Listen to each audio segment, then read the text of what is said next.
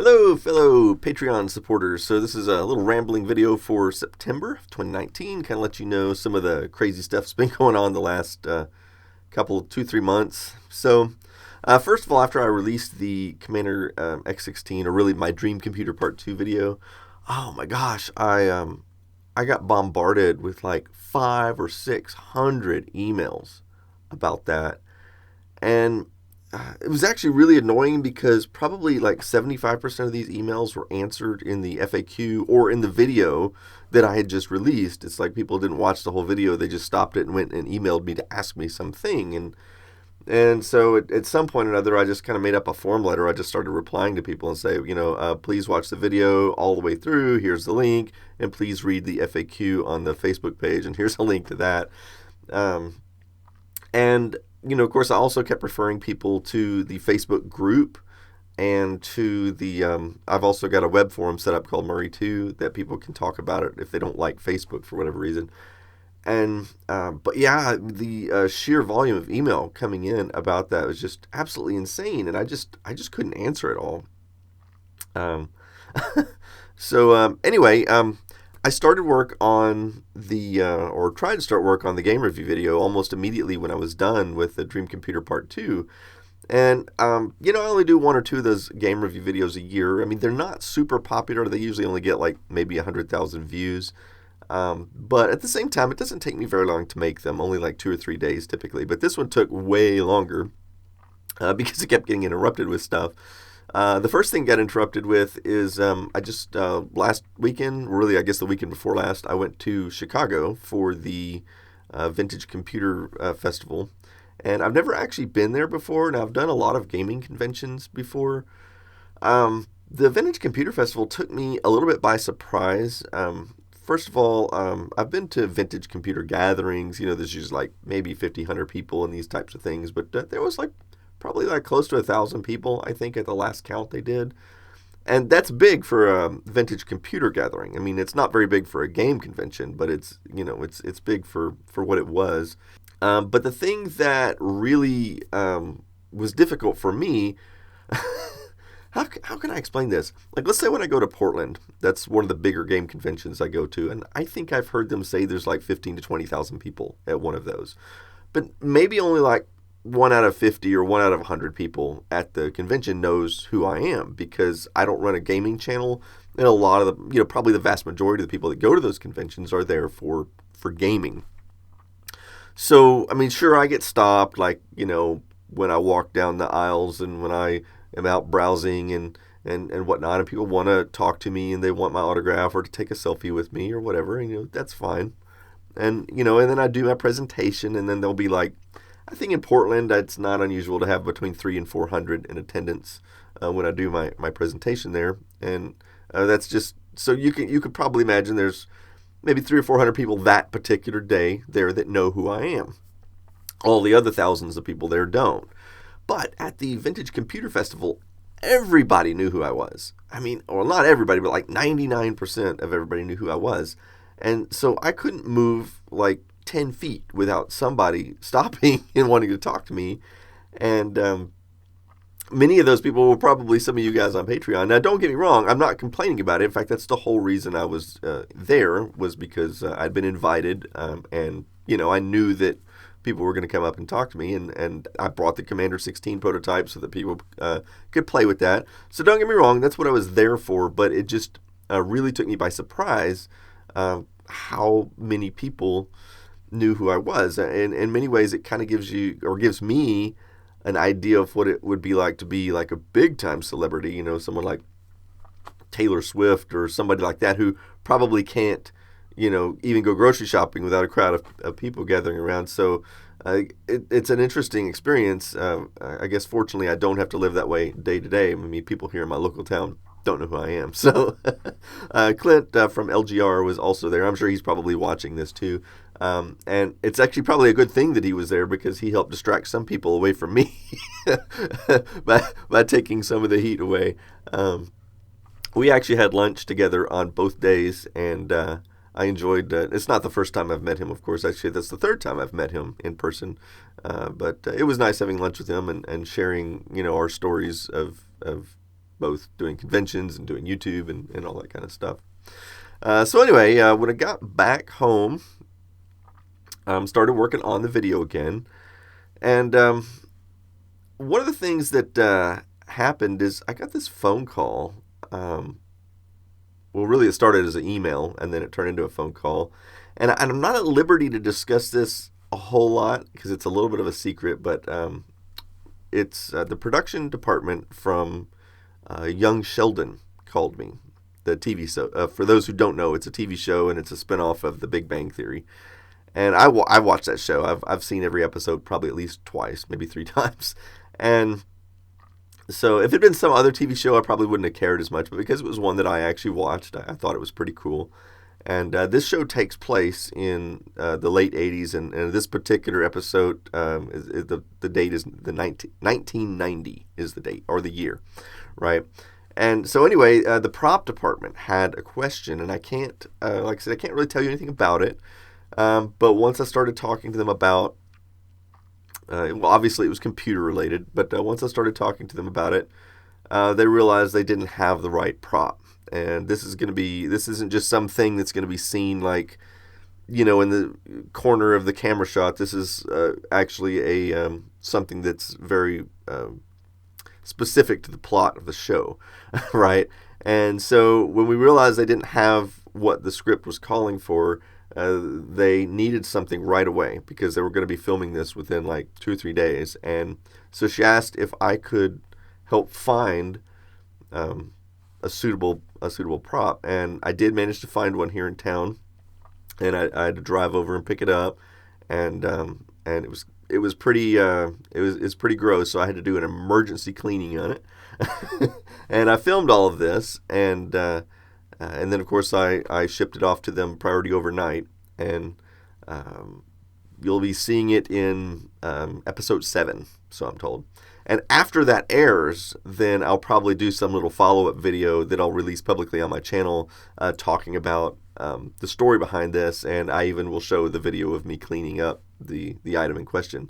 And I'll be able to obviously tell you a little bit more about the plot role it shows. Maybe I'll even be able to get some screenshots from the video, the actual episode of Young Sheldon. So that's something I think is going to be cool. And it delayed me by a couple of days getting my other video done, but I think it'll be worth it. It was pretty neat. But then something else crazy happened. Just as I was going to get back to work on my game review video, we were involved in a very serious car accident. My wife and I were out. We were headed out to dinner, and we were driving the Prius Prime. And I was making a left turn, and I've kind of I'm going to throw this little diagram I drew up on the screen because this is something I've been asked to explain a lot of times, and it's really difficult to explain. So basically, I was making a left turn during rush hour at an intersection, and I had the blinking yellow light, which means I'm supposed to yield to oncoming traffic. Now, the traffic was so backed up that there were I saw that there were 3 lanes of cars that had stopped at the other side of the intersection because they had no room to go forward. And so I thought, okay, well, I got the flashing yellow light, I can go. What I didn't realize is that there was a 4th lane to the intersection, which was actually a right turn lane for the freeway, which you actually can't even see in this diagram. But anyway, so there was another car coming in that 4th lane at full speed. And so I turned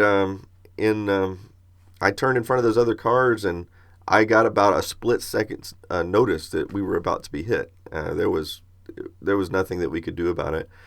And even though I knew that we were about to be hit, I was actually really surprised at how hard the impact was. I mean, I knew the car was coming. I've been in car crashes before. Usually I've been rear-ended several times, and I've even had some frontal collisions, probably not super fast, but in some slippery conditions, I've had some frontal collisions. So, I kind of know what it's like to be in a car crash, but I've never been in anything like this before. This, like I said, I saw it coming. I was kind of mentally prepared for, oh crap, we're about to get hit. But then when the actual impact came, the first thing, I got thrown all around the car. I mean, I had my seatbelt on and everything, but I mean, just just the jerking back and forth, whatever. I was just like, holy cow, that's way worse than I was expecting. And my wife, of course, was in the passenger seat, and she took the brunt of the impact. We do have side curtain airbags in the Prius Prime, which I never really thought much about side curtain airbags before. Again, all the collisions I've ever been in were either for the front or the back, and I guess, I mean, I knew the car had the side curtain airbags. I just never really thought much about them. And, well, I was really glad that we had them in this accident, because I think they probably saved my wife from a lot of additional injury. Now, I say additional because she actually was injured. Paramedics had to extract her out of the car from the driver's side and take her to the hospital, and her arm was kind of bloodied up over here, and she had some bruising down her right leg and right hip from that. And but like I said, without that side curtain airbag, I imagine it would be a lot worse. In fact, the doctor said the same thing. So anyway, I wasn't even for sure whose technically fault this accident was. I mean, I kind of thought it might have been my fault because, well, I'm the one that had the arrow, the flashing arrow, meaning I'm supposed to yield. And but when I posted to Facebook the next day explaining, what happened, a lot of people came on and said, well, yeah, you probably are at fault for that, but the other driver is not supposed to drive 45 miles an hour next to a line of stopped traffic either at a backed up intersection, which is what happened there. And so there were a lot of people saying legally we're probably both at fault. And so I don't know. And I was not issued a citation or anything like that. The police never said, oh, one person or the other is at fault. However, after I called my insurance company, they said they thought that we, as in me and my insurance company, were at fault for this accident. So they've gone ahead and paid for everything. Anyway, I know I said in a previous video that unless I started doing Turo again, I was going to need to get rid of one of the two cars, either the Prius Prime or the Tesla. Well, I guess fate has kind of decided which car we're getting rid of because the insurance company did tell me they have decided the Prius is a total loss. So anyway, yeah, after that happened, I was feeling a bit shook up and, to be honest, a bit depressed for a few days over that accident, mostly because I felt like it was my fault. I mean, logically, I keep telling myself there's no way I could have known. I mean, it wasn't like I was a distracted driver or like I was driving, dangerously or doing stupid things like you see people doing on the freeway. I was just actually doing a normal thing, just making a normal left turn in what appeared to me, from my perspective, as completely protected. But I just made a mistake, not realizing there was a fourth lane there. And, that's what I keep telling myself. And anybody, I mean, it's actually, I looked it up on Google. It's a really common type of mistake to make. So I don't, I keep telling myself anybody could have done the same thing. But I feel kind of bad about it, mostly because, not only because of the car being messed up, but because, my wife was further injured. And the people in the other car were injured too. Not terribly bad. They just had minor scrapes and bruises and stuff too. But I just I felt really bad about that for a while. So anyway, moving on. Anyway, now that I'm done with the game review video, I'm actually taking a break from video production to do floppy disk manufacturing because I've run out of floppy disks for Planet X3. People keep buying Planet X3. I'm selling anywhere from 1 to 3 copies a day. And so that means every morning I've got to get up and make floppy disks just for to fill the production that I have for the day. So I decided today, after I'm done making this video, is going to be floppy disk production day. I've set up a bunch of machines and I'm just going to keep them all running, and I'm going to make floppy disks all day. So hopefully I'll be well stocked for Planet X3. Oh, also I am ordering more boxes and stuff for Planet X2. people would just continue to email me if I'm ever going to have more in stock. And I did manage to work out a deal where I can get 300 boxes made. It's going to cost me a little bit more per box, but at least I don't have that 500 box minimum.